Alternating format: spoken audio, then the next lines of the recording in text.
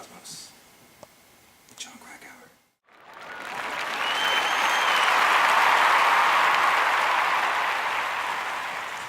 Woo! Alright, so today I'm here with experienced mountain climber, writer, and researcher, my good friend, John Krakauer.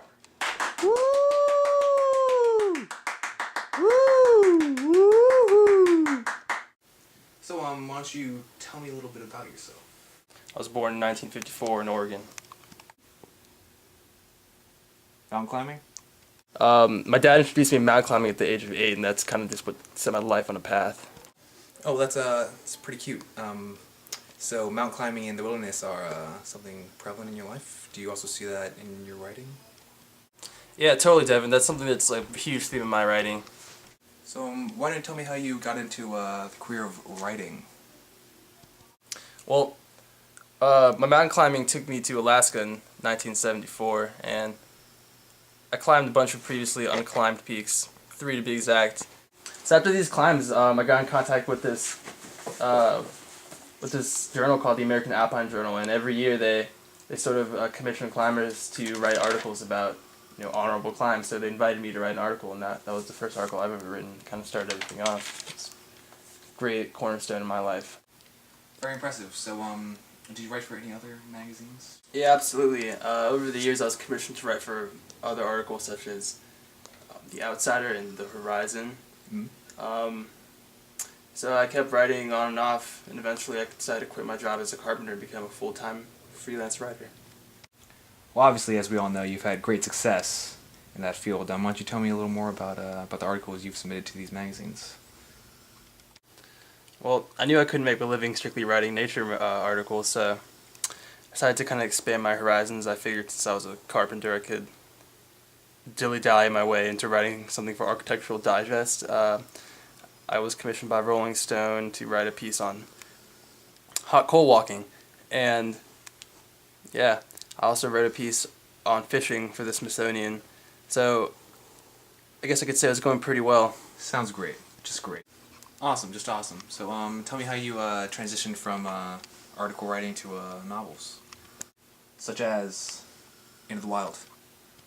Well, Devin, probably one of my favorite parts about writing articles was just the insane amount of research I had to do, and I felt that with all the research I did, I could write a book about almost anything I decided to write about. So writing articles and condensing everything into just a little thing wasn't doing justice to whatever I was writing about. So the next logical step would just be to write books.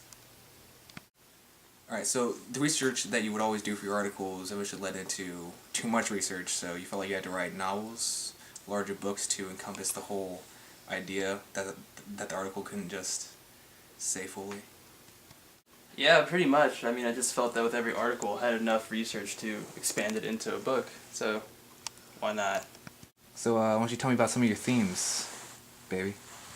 Yeah, well, like, a lot of themes that go through my work have to do with idealism and people who are just really passionate about their convictions and who kind of just take their life in their own hands. I love passion. So why don't you tell me a little more about themes? I like to incorporate a lot of nature. Lots of nature. Wilderness, outdoors. History is a big thing. I love when I write about a subject, for example, the Patzelman one. I like to go into the history and everything that led up to that. Nice. Yeah. That's great. Alright, so your first novel, Into the Wild, this came from part of an article that you wrote for Outdoor Magazine, Yes. and you decided to expand it into a full novel. Why don't you tell me a little about this book and some of your other novels? I'd be happy to tell you about In the Wild. Please, go on. Well, In the Wild it's a book about a young man named Chris McCandless who walked into the Alaskan wilderness with only a rifle and a bag of rice. Great. He was driven by the urge to challenge himself. He really admired those who just went to the wilderness, lived off the land, and the independence that it provided. Great. And he survived for a couple months by himself, pretty successfully actually, before dying of starvation. That's so sad. So, was there any specific relation between you and the character that drew you to this story? Well, when I first caught wind of the story, I was just immediately drawn to it. And as I mentioned earlier, I'm a very obsessive researcher, so once I started on this, I just became obsessed with the life of this young man. I would just spend hours and hours every day for 3 years straight just researching leads and tracking down people to interview that may have known him. It was probably one of the best periods of my life working on this book. So, why don't you tell me about your other novels? Yeah, well, after Into the Wild, I wrote Into Thin Air, which chronicles, my ascent into Mount Everest with a group of my colleagues and the tragedies that ensued. So your novel Under the Banner of Heaven garnered a lot of attention from critics due to its story. Would you like to tell me about that? Yeah, sure. Well, Under the Banner of Heaven, I sought to explore the inner workings of religious fundamentalism, in particular of the Mormon faith. Religious fundamentalism is something not a lot of people like to talk about, and it can lead to convincing people to do very cruel and inhumane things. So this story is about the Lafferty brothers, who were two brothers of the Mormon faith, and they murdered two innocent people because they claimed that God told them to. Wow. Devastating.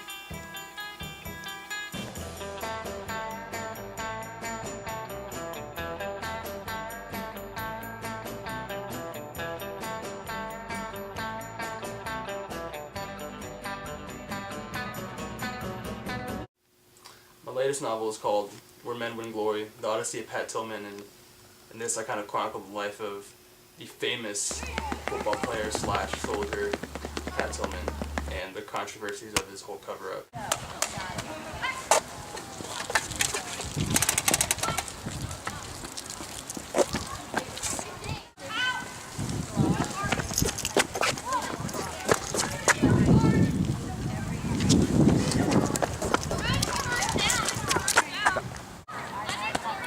Tango down.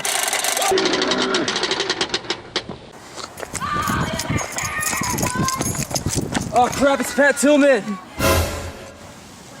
Come closer. I'm so sorry. Don't let anyone cover this up. No. So, John, it was a pleasure having you on the show. Look forward to see you again. Have fun writing novels, climbing mountains, writing articles, researching. Catch you on the flip side.